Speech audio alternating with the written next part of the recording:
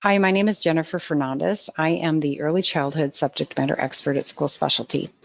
And today we're going to talk about some phonological awareness activities.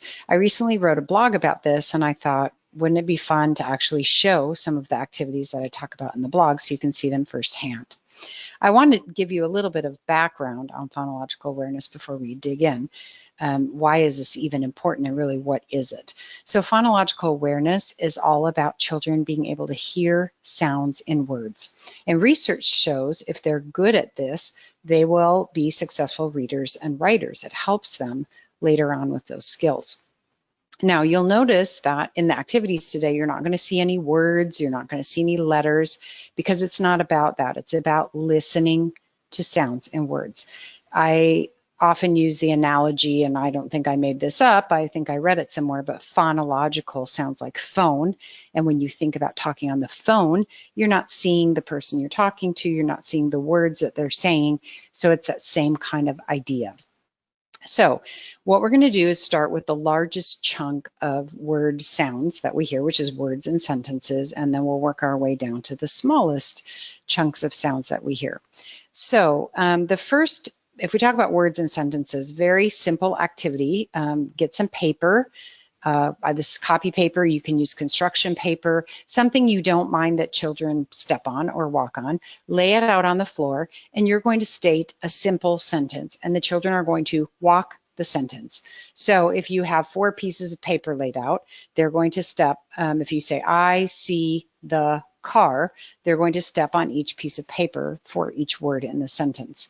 If you have poly spots, if you have stepping stones outside, this would be fun to take outside, but it's really about getting them to hear that there are individual words in a sentence. Now, you do want to keep your sentences simple, especially at the beginning, especially if you're working with younger children.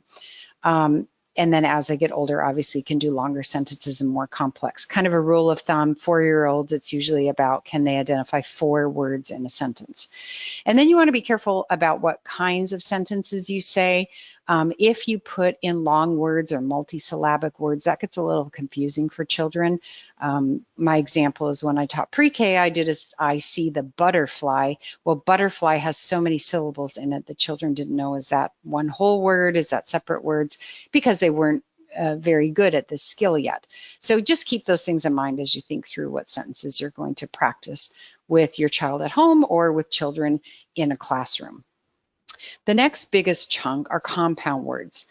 So butterfly is a great example. All I need for this is my hands. Butterfly, what's my word? Butterfly. Pancake, what's my word? Pancake. And putting those words together. You can do it with a ball, tossing a ball. Blueberry, blueberry. The next smallest chunk are syllables. So easy one, again, I don't need any props. I'm going to do the robot. So I'm going to move my robot arms with the syllables in the word. So I'm going to use my name, Jennifer, and use my robot arms. You can do head, shoulders, knees, and toes. Elephant, and I touched my knees even though you couldn't see it. So just listening for those parts in words. You notice I use my name.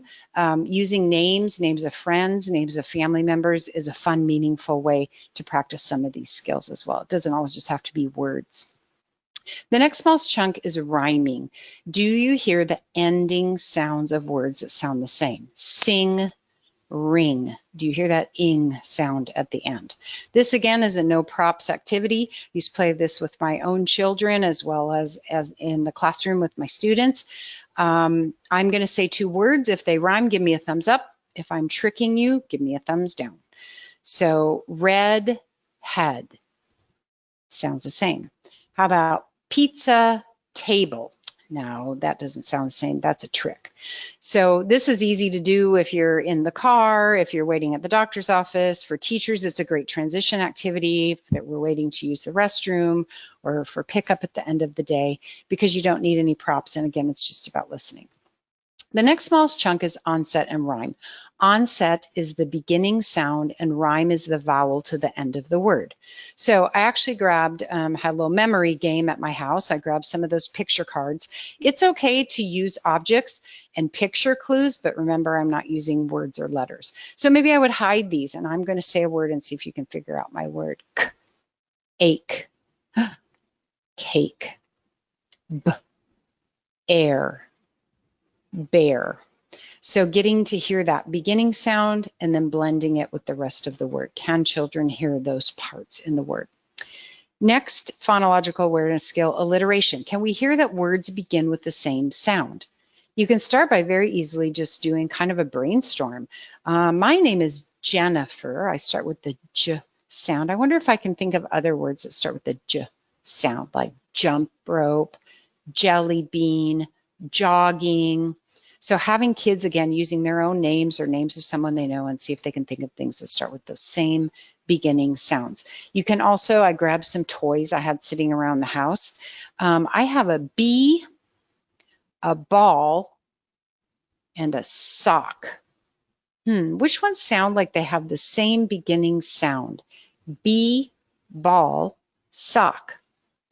So seeing if they can figure out which ones sound the same at the beginning of the word. Some easy alliteration games.